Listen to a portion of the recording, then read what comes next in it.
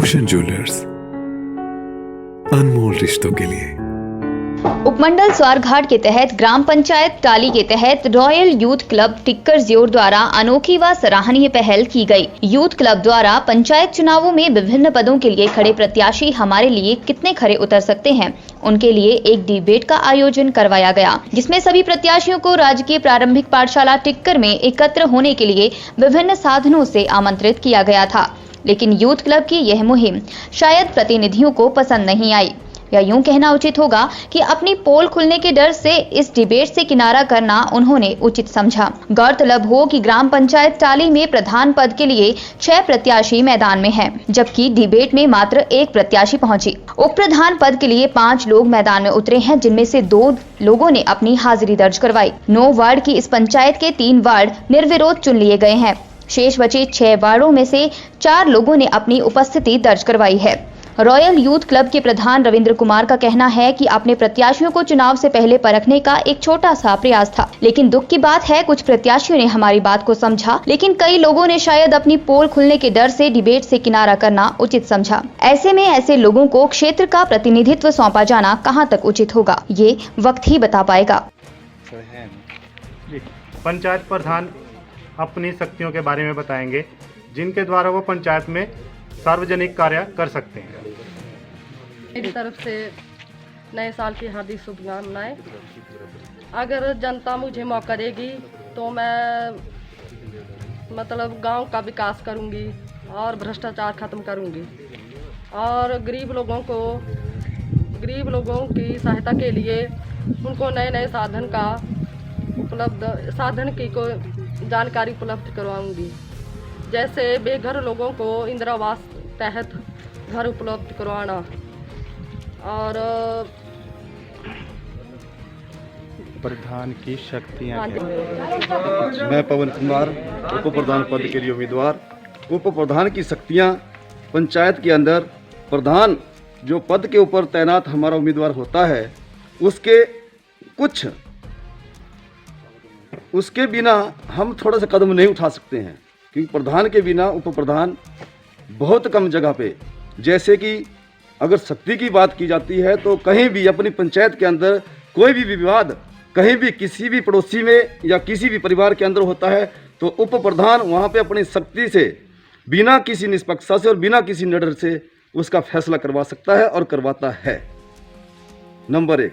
Number 2, उप प्रधान की शक्ति जैसे कि पंचायत वार्डों के हर वार्ड से जो भी मेंबर चुना जाता है उसके बिना किसी भी परिवार के अंदर कोई पक्षपात किया जाता है और उसका काम नहीं होता है, तो उस वहाँ पे उप प्रधान की शक्ति होती है कि अपनी इच्छा के अनुसार उस आदमी का प्रस्ताव डाल करके प्रधान जी के पास भेज सकता है। नंबर 2, पूरे वार्ड पूरी पंचायत के अंदर कोई भी आदमी किसी भी मेंबर के द्वारा अन्याय किया जाता है तो उप प्रधान वहाँ पे बिना किसी भेदभाव के, बिना किसी निष्पक्षता के, बिना किसी अमीरी गरीबी को दे करके वो उस आदमी को किसी भी पंचायत की योजना में उसका नाम प्रवेश करवा सकता है।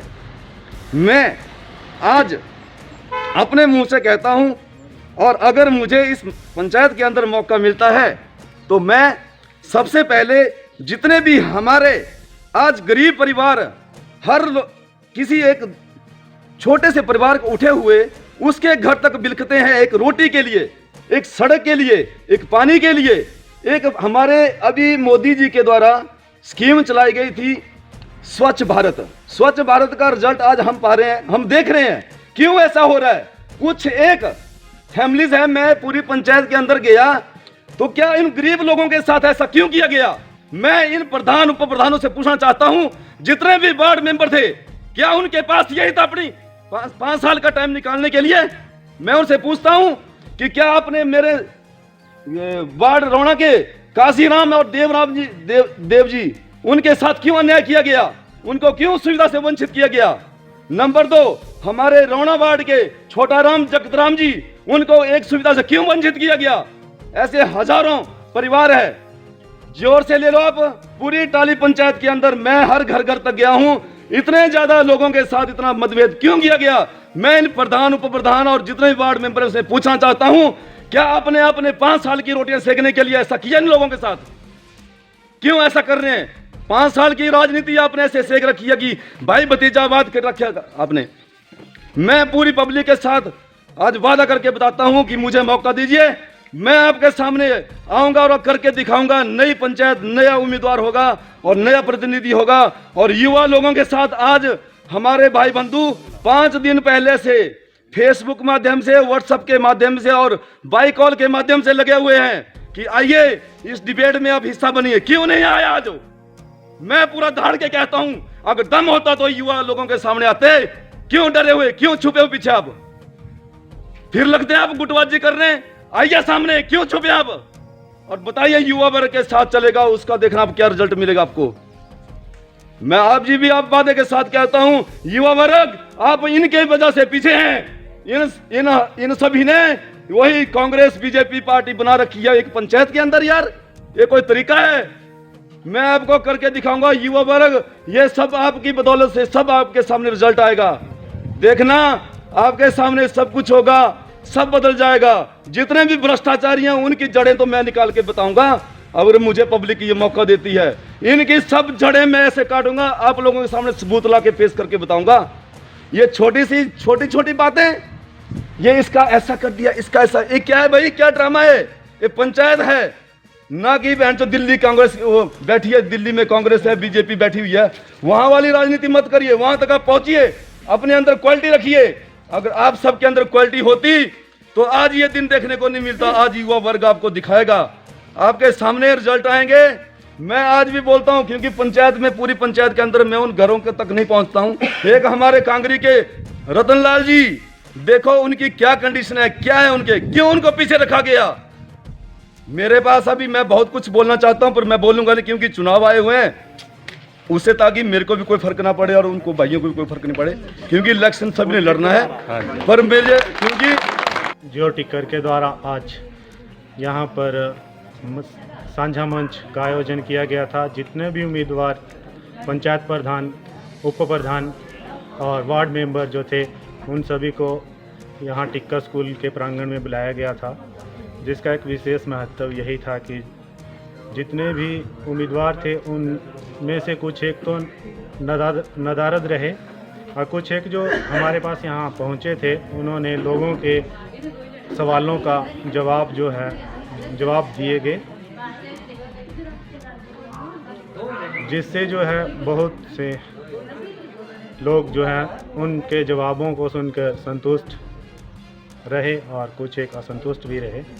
तो इस आयोजन के लिए मैं इन सब उम्मीदवारों का यहाँ पर आने के लिए धन्यवाद करता हूँ। हिमाचल दस्तक वेब टीवी के लिए स्वारघाट से राजेंद्र ठाकुर। पिया तो रखे सा अभिमान, पिया तो बीती यादों से नाता सहेजना सीखा, हाथ थाम कर जिनके चलना सीखा, गिरने लगती जब तो उनसे संभलना सीखा, पिया तो रखे सा अभिमान, उनकी डांट से खुद को तराशना सीखा, पिया तो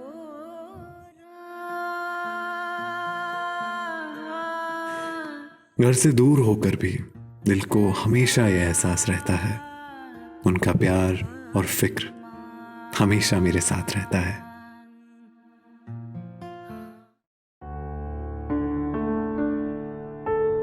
भूषण ज्वेलर्स, अनमोल रिश्तों के लिए।